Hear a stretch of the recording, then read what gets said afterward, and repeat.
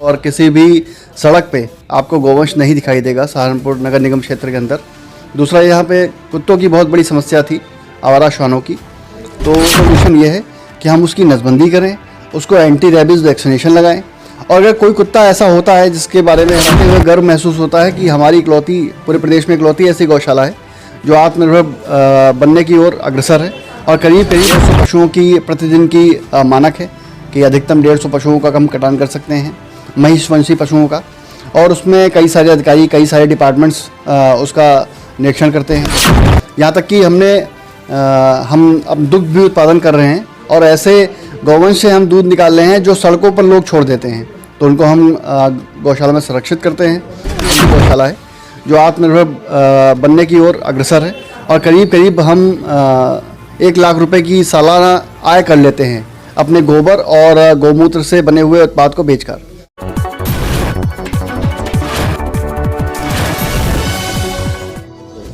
नमस्कार, आप देख रहे हैं MBTV उत्तराखंड उत्तर प्रदेश। आज हम इस वक्त मौजूद हैं नगर निगम में, जहां पर हमारी मुलाकात डॉक्टर राजेश मिश्रा से हुई, जो पशु चिकित्सा कल्याण अधिकारी हैं। उनसे मालूमात करेंगे कि किस तरह अपने पद पर कार्यभार हैं और क्या क्या उन्होंने नगर निगम को योजना दी है। डॉक्टर साहब, बहुत बहुत स्वागत है आपका। आपको भी बहुत बहुत धन्यवाद। और सीधा सवाल, नगर निगम में आपको कितना वक्त हुआ है और क्या क्या आपने यहाँ पर योजना दी है? मैंने 26 अक्टूबर 2021 को नगर निगम में ज्वाइन किया था, और PCS 2019 से मेरी ये पहली ज्वाइनिंग है सहारनपुर में। और अब तक मेरी उपलब्धियों में कुछ ये रहा है कि हमारे पास, जब मैं शहर में आया था तो यहाँ कूड़े घरों पे और सड़कों पे बहुत सारे गोवंश विचरण कर रहे थे। तो उसके बाद मैंने कैटल कैचर टीम लगा के उन सारे गोवंश को विचरण कर रहे गोवंश को गौशाला में संरक्षित किया है, जिससे किसी भी कूड़ा घर और किसी भी सड़क पे आपको गोवंश नहीं दिखाई देगा सहारनपुर नगर निगम क्षेत्र के अंदर।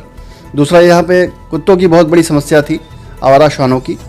तो उसके लिए हम लोगों ने प्रयास करके यहाँ पर एनिमल बर्थ कंट्रोल सेंटर की स्थापना की है, जिसमें हम आवारा श्वानों को बंधीकरण कर उनको वापस मूल स्थान पर छोड़ देते हैं एंटी रेबीज़ वैक्सीनेशन करके, जिससे उनकी पॉपुलेशन आने वाले समय में कंट्रोल हो जाएगी।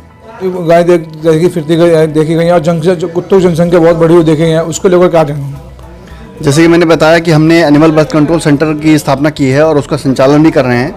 तो अब तक हमने करीब 6000 श्वानों का बंधीकरण कर दिया है, और आने वाले समय में हम इसको बढ़ाने की भी संभावनाएं तलाश रहे हैं, जिससे कि हम जल्दी से जल्दी नगर निगम क्षेत्र के अंतर्गत सभी श्वानों का बंधीकरण कर दें और इनकी पॉपुलेशन कंट्रोल में हम इजाफा ले आएँ। देखा गया है कि आपने गोबर को लेकर काफ़ी चीज़ें बनाई हैं, उसको लेकर कौन कौन चीज़ें बनाई गई है, उसके बारे में थोड़ा बताइए। नगर निगम द्वारा नगर निगम सहारनपुर द्वारा संचालित है माँ शाकंभरी कान्हा उपवन गौशाला, और इसमें करीब 547 गोवंश वर्तमान में संरक्षित है। और अपनी गौशाला को आत्मनिर्भर बनाने के लिए, और मुझे बताते हुए गर्व महसूस होता है कि हमारी इकलौती, पूरे प्रदेश में इकलौती ऐसी गौशाला है जो आत्मनिर्भर बनने की ओर अग्रसर है, और करीब हम 1 लाख रुपए की सालाना आय कर लेते हैं अपने गोबर और गौमूत्र से बने हुए उत्पाद को बेचकर। यहाँ तक कि हम अब दुग्ध भी उत्पादन कर रहे हैं, और ऐसे गौवंश से हम दूध निकाल रहे हैं जो सड़कों पर लोग छोड़ देते हैं, तो उनको हम गौशाला में संरक्षित करते हैं। उनको आर्टिफिशियल इंसेमिनेशन और सेक्स सॉर्टेड सीमेन से हम लोग ट्रीट करते हैं, और फिर उसमें संभावनाएं तलाशते हैं कि आखिर इनकी प्रोडक्टिविटी हम बढ़ा सकें, इनसे हम दूध उत्पादन कर सकें।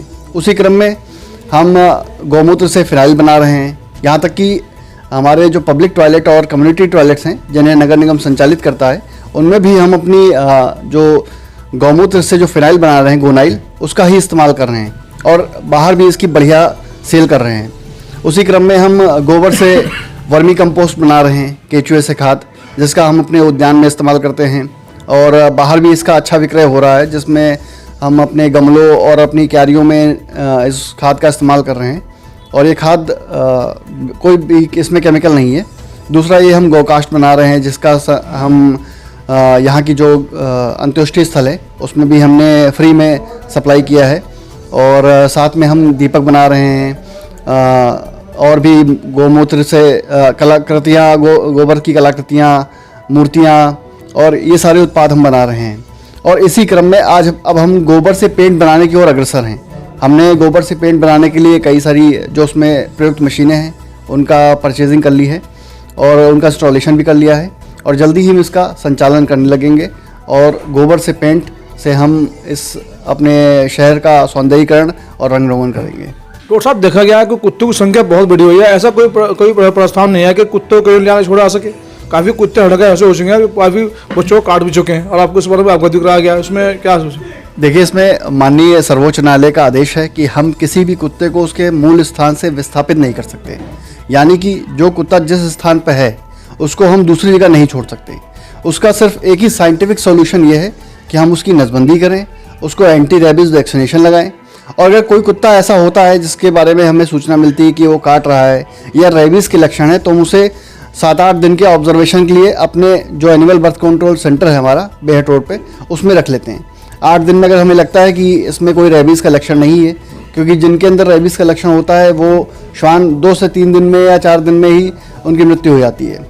तो ऐसा हम करने के बाद फिर ऑब्जर्वेशन रखने के बाद अगर लगता है कि सब कुछ नॉर्मल है तो हमने वापस छोड़ देते हैं। और ये एक टाइम टेकिंग प्रोसेस है। जैसे अगर हम आज कुत्ते की नसबंदी कर रहे हैं तो इस आने वाले समय में हमें इसका फल मिलेगा कि आने वाले समय में पॉपुलेशन कंट्रोल हमें दिखाई देगी। कटान को लेकर क्या कहना चाहोगे आप? वहाँ पर देखा जाता है बहुत गंदगी रहती है कैमल क्षेत्र के अंदर और कटान इसको होती है। ये क्या पूरा कटान चल रहा है या कॉलोनी कटान चल रहा है? किस तरह कटान चल रहा है? नगर निगम के स्वामित्व की एक पशुशाला है जो कमेला कॉलोनी में संचालित है। उसकी 150 पशुओं की प्रतिदिन की मानक है कि अधिकतम 150 पशुओं का हम कटान कर सकते हैं, महिषवंशी पशुओं का।